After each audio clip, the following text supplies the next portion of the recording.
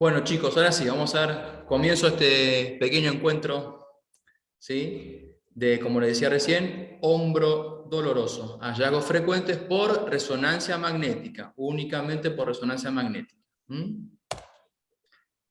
Estas imágenes son un mínimo y breve repaso, un poco de la anatomía en el plano coronal del hombro, ¿sí?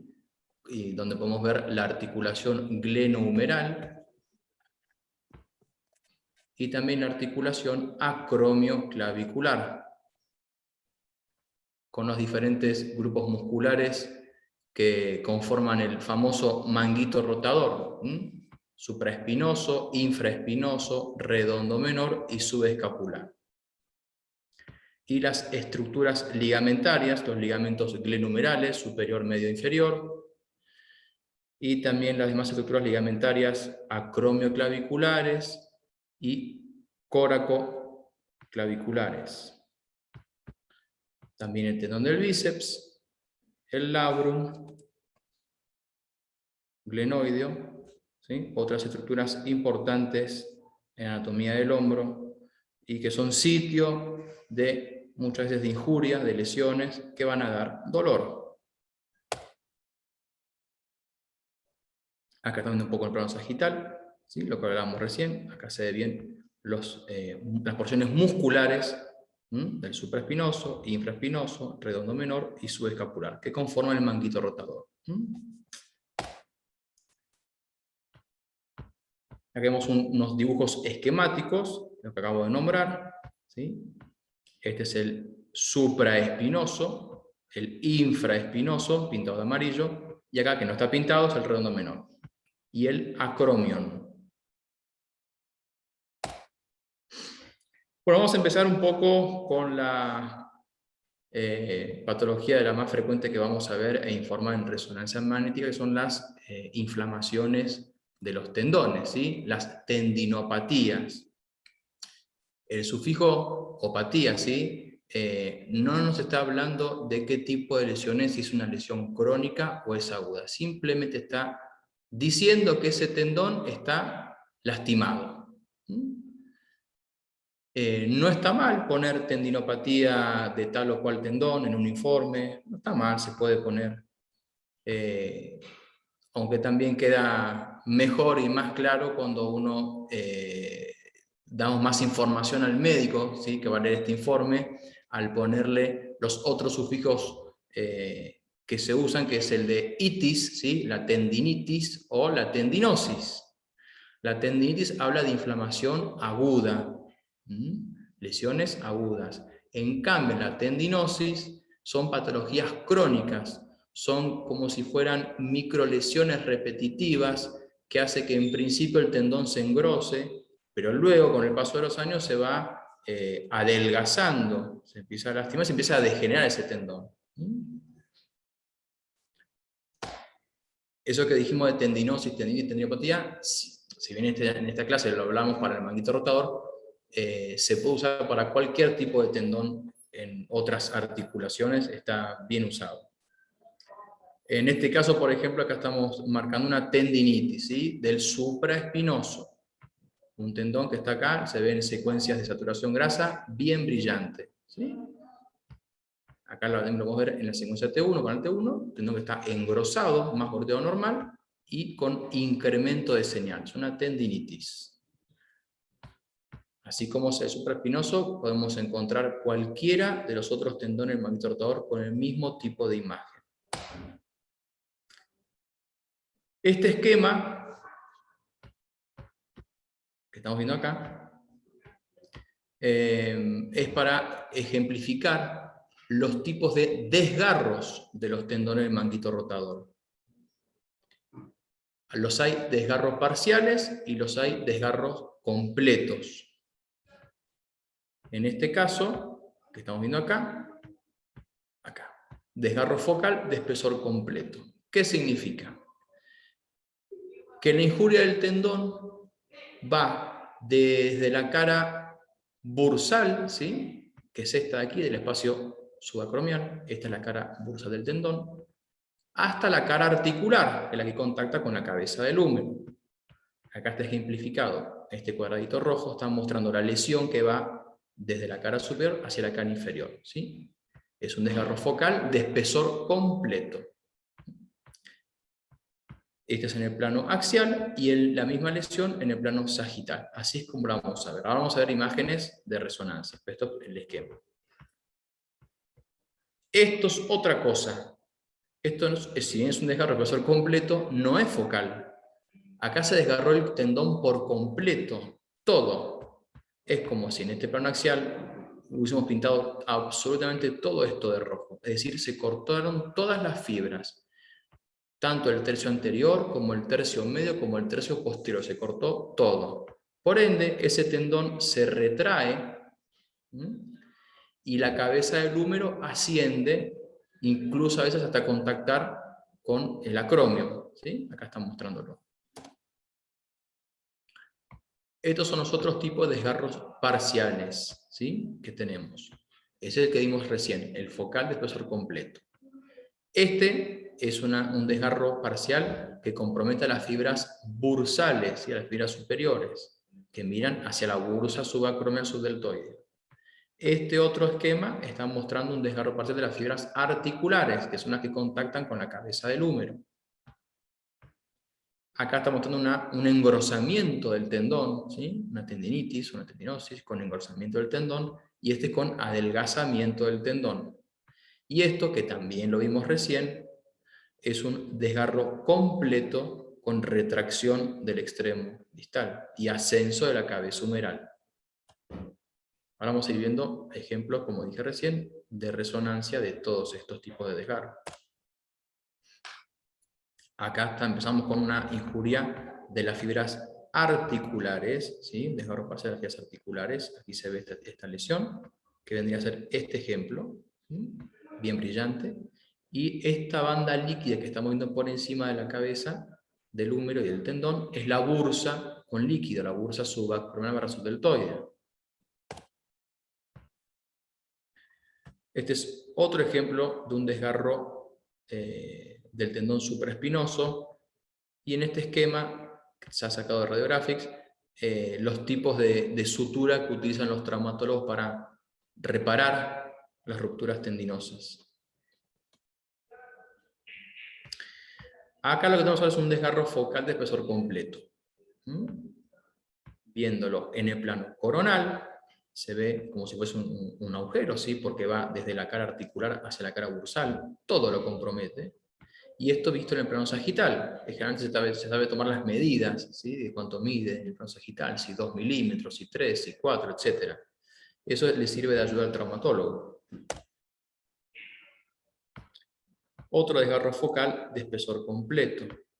Fíjense, esto es en el tercio medio, fíjense cómo quedó el agujero en el tendón supraespinoso, ¿sí?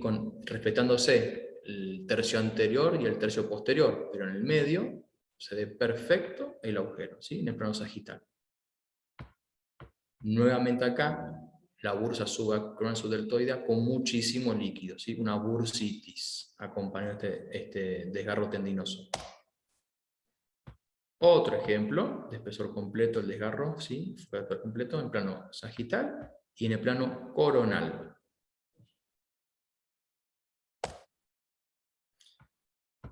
Acá es un desgarro del subescapular, ¿sí? Visto en el plano axial, ambas fotografías de diferentes pacientes, se ven como el subescapular que se inserta en el troquín, que es este accidente óseo, se ha roto. Acá también. Y esto blanco que ustedes están viendo es mucho líquido en la bursa subcoracoidea principalmente, y esto que se ve acá es en la bursa subdeltoidea, este es el músculo deltoide, ¿sí? También con mucho líquido. Ahora estamos viendo un desgarro completo del tendón supraespinoso con retracción del extremo. Fíjense el dibujo esquemático, y acá está en el plano coronal, en secuencia T1 y en secuencia de saturación grasa. Este hilo negro que ustedes están viendo acá, ¿sí? Bien hipointenso, este es el tendón que se ha retraído. En vez de verlo acá, se retrajo hasta la interlínea articular glenumeral, y la cabeza del húmero entonces subió hasta contactar con el acrómio, tal cual el dibujo esquemático. Es exactamente igual. Y esto es visto en el plano sagital. Esto es importante, el plano sagital, ya después lo vamos a charlar un poquitito. Generalmente se toma acá lo que se llama la línea de la tangente, se traza una línea que va desde la coracoide hasta la espina de la glena, es una línea bien recta, y se usa la clasificación de Boutalier, que es para medir o tener un poco de referencia cuánto reemplazo graso está sufriendo ese músculo, porque este tendón, cuando se corta y se retrae, como esto, digamos, deja de funcionar, por así decir, las fibras musculares empiezan con el tiempo a ser reemplazadas por tejido graso. Entonces, para medir cuánto reemplazo graso tiene esa porción muscular, es que se realiza esto que les digo de la tangente, línea de la tangente, y la clasificación de Goutalier en diferentes grados. Acá está. Esto es normal. Fíjense en la línea tangente, el músculo, ¿sí?, supraespinoso que sobrepasa la línea. Esto está perfecto, así debe ser. En cambio, en este otro ejemplo, fíjense que el músculo está por debajo. Por ende, ya empezó a sufrir reemplazo graso. Fíjense en secuencia T1 lo bien que se aprecia. Un músculo completamente normal que sobrepasa la tangente, y esto que es prácticamente casi todo grasa, se ve bien hiperintenso, bien blanquito, podríamos decirlo, ¿sí? Es decir, todo este tejido graso ha ido reemplazando la porción y las fibras musculares. Otras patologías que sabemos ver, se ve bastante también esto, es la tendinitis calcificada, ¿sí? ¿Cómo la vamos a ver? Un tendón engrosado con una imagen que se va a ver bien hipointensa en toda la secuencia, es decir, bien negra, porque es el calcio puro. Fíjense, secuencias T1, T2 y de saturación grasa, siempre estamos viéndolo bien negro, ¿sí? Depósito de calcio intratendinoso. Acá también podemos ver, está blanco por arriba del tendón, que es la bursa subacromial subdeltoidea con aumento de líquido. A este paciente le hicimos una tomografía para corroborar lo que estábamos viendo en resonancia y efectivamente, perfecto se ve el calcio, ¿sí?, el depósito de calcio intratendinoso. Otra patología que sabemos ver es la luxación de la porción larga del tendón del bíceps. Recuerden que el bíceps tiene dos porciones, una corta y una larga. La corta, se ve acá, va a la apófisis coracoides. Y la porción larga sube por la corredera y se inserta en el borde superior de la cápsula, ¿sí? Sitio después de, a veces, las lesiones SLAP del labrum, justo donde se inserta el tendón del bíceps. Muy bien. Esto es la corredera bicipital. Y este es el tendón del bíceps que se ha luxado medialmente, ¿sí? Esto es tomado del Radiographics. Ahora vamos a ver algunos ejemplos nuestros. Acá está. Marcado con la flecha verde, el tendón del bíceps fuera de la corredera, ¿sí? Se ha ido hacia medial, hacia el troquín. Otro ejemplo. Acá está marcando con la flecha roja la porción corta del bíceps, como vimos en el esquema anterior, que va a buscar la coracoides. La porción larga, que es esta, que nosotros deberíamos estar viéndola acá, que es en la corredera, está vacía la correa por el tendón, hizo esto, se vino hacia medial, ¿sí? Lo mismo acá en un axial T1, el mismo paciente. Ahí está visualizado, ¿sí?, con un circulito verde, donde debería estar, y esto es lo que hizo el tendón, ¿sí? Se luxó. Y acá está mostrando el trayecto que normalmente debería haber hecho ese tendón de la porción larga, por donde tiene que transcurrir. El bíceps también puede romperse, desgarrarse directamente, y va a producir el síndrome, un signo que se le dice brazo de Popeye, ¿sí?, el brazo bien infladito en el tercio medio, porque se corta el tendón y se retrae, y el músculo se pone bien gordito, como una pelotita. Acá están mostrando la flecha, el extremo del tendón del bíceps, que debería estar acá arriba a esta altura, y fíjense hasta dónde hizo la retracción. Entonces, en un corte axial bien superior, vemos la corredera vacía. Cuando empezamos a bajar en los cortes axiales, ya estamos en el tercio medio del húmero, ¿sí?, del brazo, y recién ahí aparece el tendón. Fíjense, el extremo del tendón, lleno de líquidos y de edema fibrilar, obviamente, y edema perifacial. Acromión y patología acromial. Los acromión se clasifican en diferentes tipos según su morfología, en plano, curvo, ¿sí?, el tipo 3 y el tipo 4 también.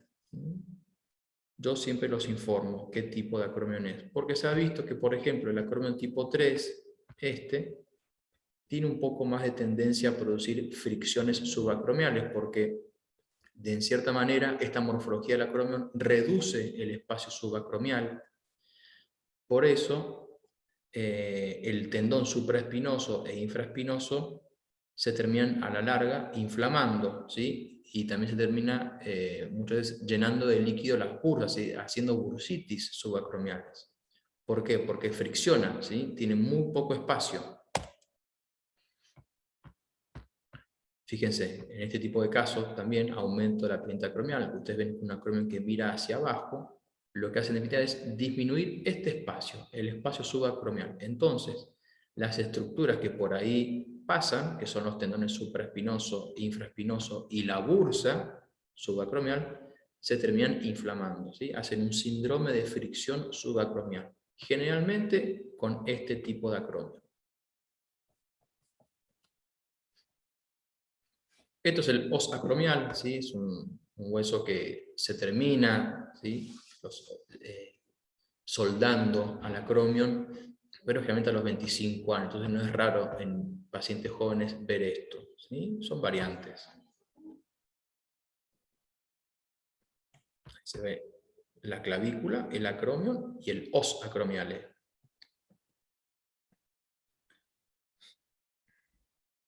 Es un paciente nuestro, se ve perfecto, ¿sí?, los acromiales. Y esto es un dibujo esquemático de una osteoartritis acromioclavicular, ¿sí? Un gran proceso degenerativo en el que hay, por un lado, hay fenómenos productivos marginales, por otro lado también se juntan imágenes quísticas, ¿sí?, degenerativas, subcorticales, se asocia a edema óseo, se asocia también a edema de partelandas periférico, y todo eso nos da un acromion, una articulación dolorosa. Acá se ve en secuencias de saturación grasa como brilla, ¿sí?, cuán hiperintensa es la articulación. ¿Eso qué significa? Que tiene edema. Hay incremento de líquido en articulación, es una efusión sinovial. Y además tiene edema en partes blandas periférico. Entonces esta articulación duele, una osteólisis. Ya un poco más grave son las luxaciones acromioclaviculares, para lo cual se divide en diferentes grados en la clasificación de Rockwood. Siendo la más leve, una en la que vemos una distensión de los ligamentos acromioclaviculares superior e inferior. Obviamente también se asocia a esto aumento de líquido en articulación y en partes blandas. Hasta las más graves, en las cuales se rompen estos ligamentos y también se rompen los ligamentos conoide y trapezoide, que son los coracoclaviculares. Ahí está, este es un estudio normal, acromio, clavícula, y acá están marcando el ligamento acromio clavicular superior e inferior. Están intactos, están perfectos. Y acá están conoide y trapezoide, que son los coracoclaviculares, ¿sí? Este en plano coronal, este en plano sagital.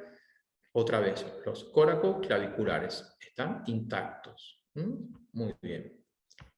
Esto está mostrando acá, desde una fotografía de un plano axial, cómo se debe planificar el estudio coronal de dicha articulación. Es otra angulación, no es la angulación típica del coronal de hombro. Es un coronal específico para poder obtener estas imágenes en el plano coronal y poder evaluar bien la integridad de los ligamentos, estos que dijimos, acromioclaviculares o los coracoclaviculares. Este sería el estudio correcto en plano coronal. Esta es la, como hablamos recién, la clasificación de Rockwood, ¿sí? Y estos son ejemplos. Acá tenemos una articulación totalmente distendida, con aumento de la separación, rotura ligamentaria, marcado incremento del disco articular y edema partendas periférico. Los ligamentos coracoclaviculares se ven íntegros, no están rotos. Nuevamente en plano coronal, en STIR y en T1, como está la articulación comprometida, no podemos ver bien los ligamentos en su totalidad, no se ven continuos, marcado edema de partes blandas y aumento del líquido articular. Y este mismo paciente en un plano sagital T2, lo mismo. Ligamentos con señal heterogénea, propio de la injuria, e incremento de líquido. Otro paciente distinto, lo mismo acá, no se ven los ligamentos, están rotos. Tanto los coracoclaviculares, con muchísimo líquido y edema, coronal STIR, coronal T2, lo mismo. Y en este sagital, los que se ven rotos, acá discontinuos, son los coracoclaviculares, es decir, conoide y trapezoide, también se han roto.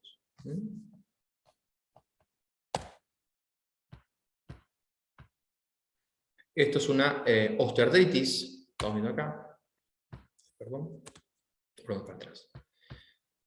Fíjense en una radiografía, la gran artrosis que hay, tanto glenumeral como acromioclavicular. Y en diferentes planos de secuencia T1, cómo se empieza a ver pérdida de la esfericidad de la cabeza humeral, empiezan los pequeños quistes o geodas subcorticales, ¿sí? Son procesos degenerativos. Y este es un ejemplo paciente nuestro. Esto está muy avanzado, esta es osteoartritis, con múltiples imágenes quísticas subcorticales, con erosiones, tanto en la glena como en la cabeza del húmero. Fíjese cómo ha perdido la esfericidad habitual. Hay muchísimo líquido en todas las bursas, tanto la subcoracoidea como la subacromiosubdeltoidea.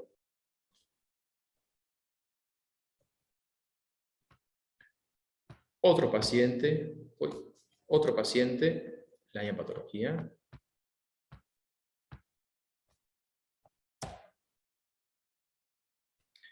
Esto es una capsulitis. En la capsulitis lo que ocurre es lo siguiente: este receso axilar y cápsula articular se engrosa en primera instancia. Esta mide más de 4 milímetros probablemente, está engrosada, el receso axilar, y incrementa su señal en secuencia STIR. Y empieza a aparecer edema periférico. Una capsulitis. Duele mucho también esto. Esta es mucho más severa. Fíjense cuán brillante y gordita está este receso, esta cápsula articular, en un plano coronal y en un plano axial. Este es un coronal T1, para ver el grosor que tiene.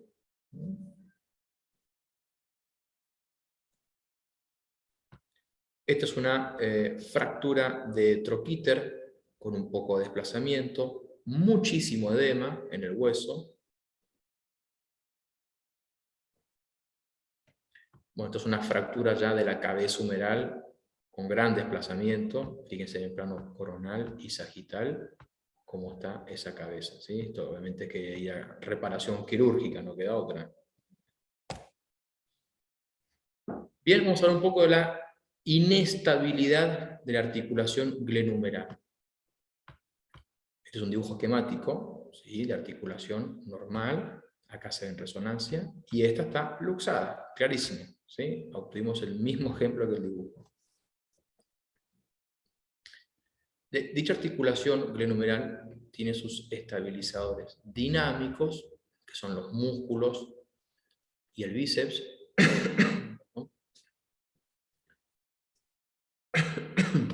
y los estáticos.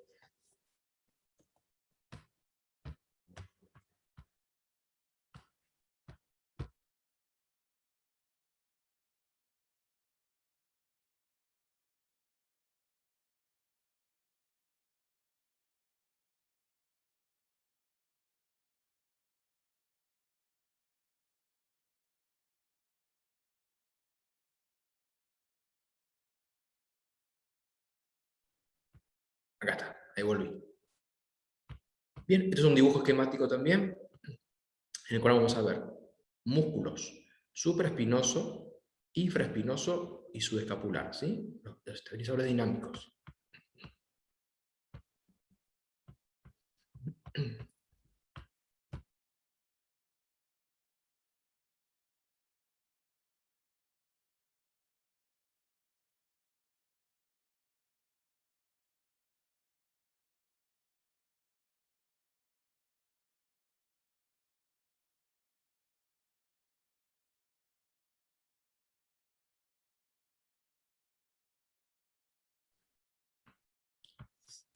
Esto en azul, estamos viendo acá los ligamentos glenumerales superior, medio e inferior, la glena y el tendón del bíceps que va acá arriba en la glena.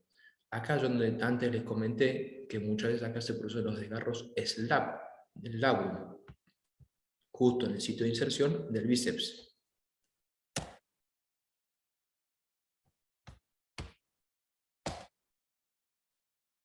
Bien, acá tienen una luxación glenumeral, no está reducida, es decir, la cabeza no está fuera de la glena. Otra, distinta también, la cantidad de líquido se produce por el trauma.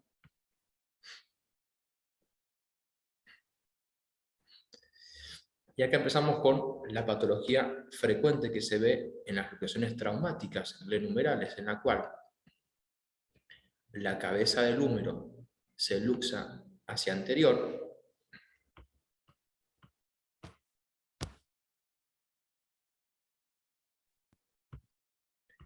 pega e impacta acá en el borde anterior de la glena,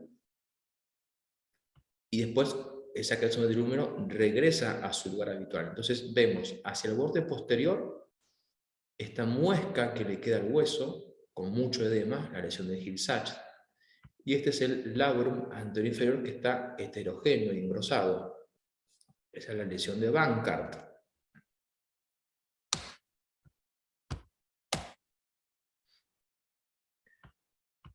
Esta es una lesión de Hill-Sachs invertida. ¿Por qué? Porque es una luxación posterior. La cabeza del húmero se va hacia atrás, impacta en el borde posterior de la glena, y luego la cabeza vuelve hacia adelante. Entonces la muesca le queda en el borde anterior. Y el labrum roto en este caso es el labrum posterior. Hay distintos tipos de lesiones del labrum, ¿sí? La clasificación. Y ahora un poco de los ejemplos, que esto se ve muchísimo, ¿sí? La lesión de Hill-Sachs y asociado a esto la lesión de Bankart, ¿sí? El labrum, que tendríamos que ver acá, un triángulo, se ha roto, acá está desplazado hacia atrás, ¿sí? Lesión de Bankart y Hill-Sachs, con muchísimo líquido articular.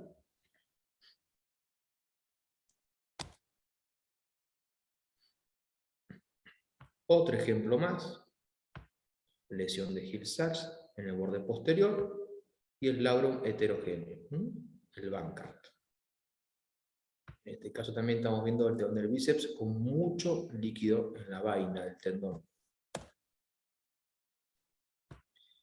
Este es interesante, es una lesión de Bankart óseo. No solo se rompió el labrum, sino que también se rompió la glena, o sea, el mismo hueso. Le hicimos una tomografía y acá se está demostrando cómo también el hueso se ha roto, ¿sí? Aparte está la cabeza del húmero rota. Pero fíjese la lesión de Bankart óseo. También tenemos acá los quistes paralabrales. Quistes paralabrales del labrum glenoide, como este.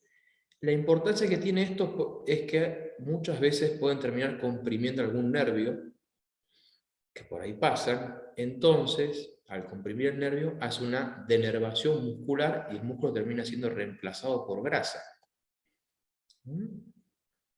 Eso le pasa mucho al músculo redondo menor, por ejemplo, ¿sí? Esto es un quiste del espacio cuadrilátero, que el quiste per se no tiene mayor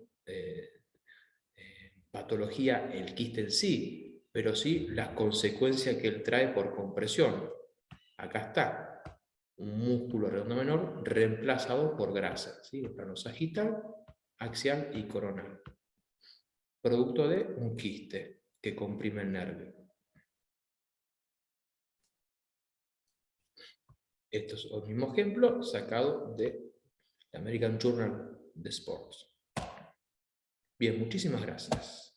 Espero que hayan disfrutado un poco y repasado más que nada, ¿sí? Un poco la patología frecuente que podemos encontrar por resonancia magnética en hombro doloroso.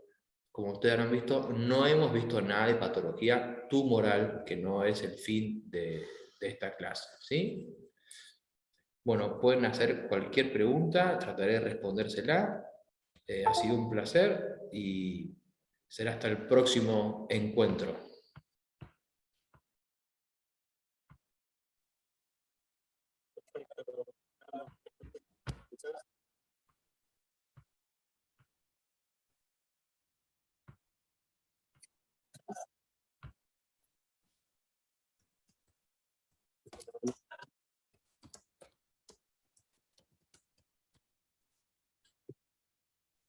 No sé si me escuchas.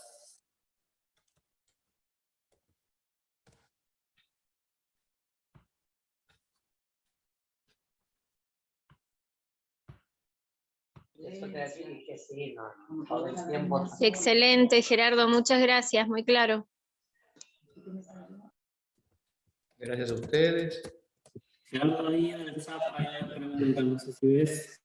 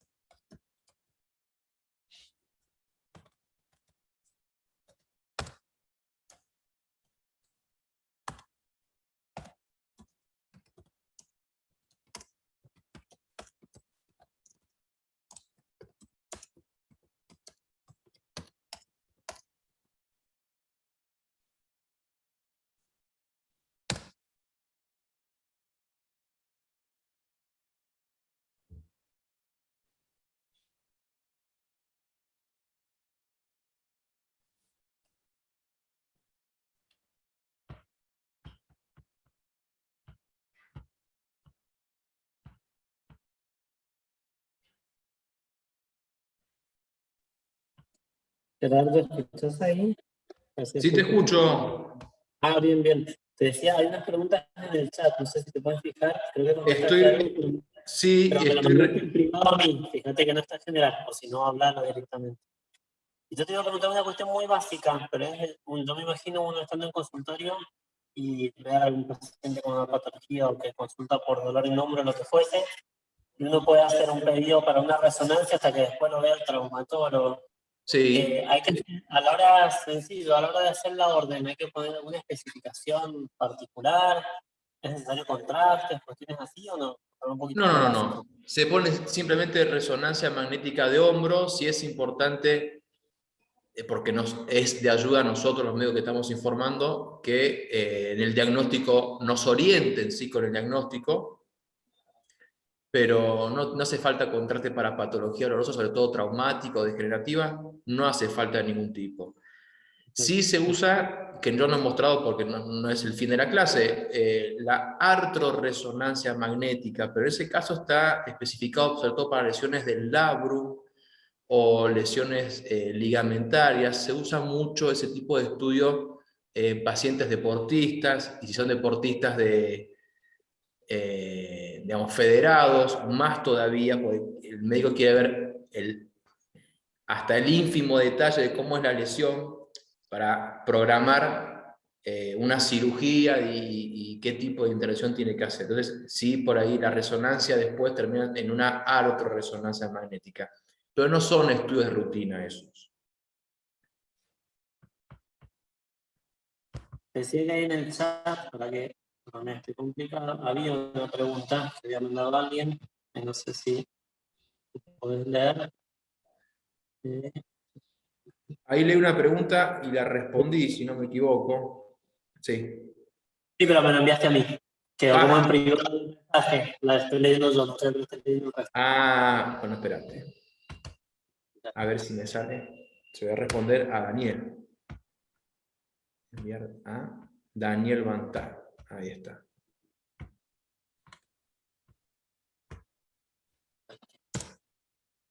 Ahí está. Ahí le respondí a Daniel.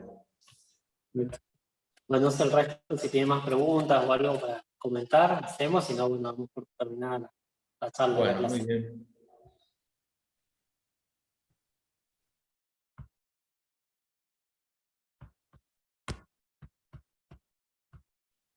Si alguno quiere hacer alguna pregunta, es más que bienvenido, por favor.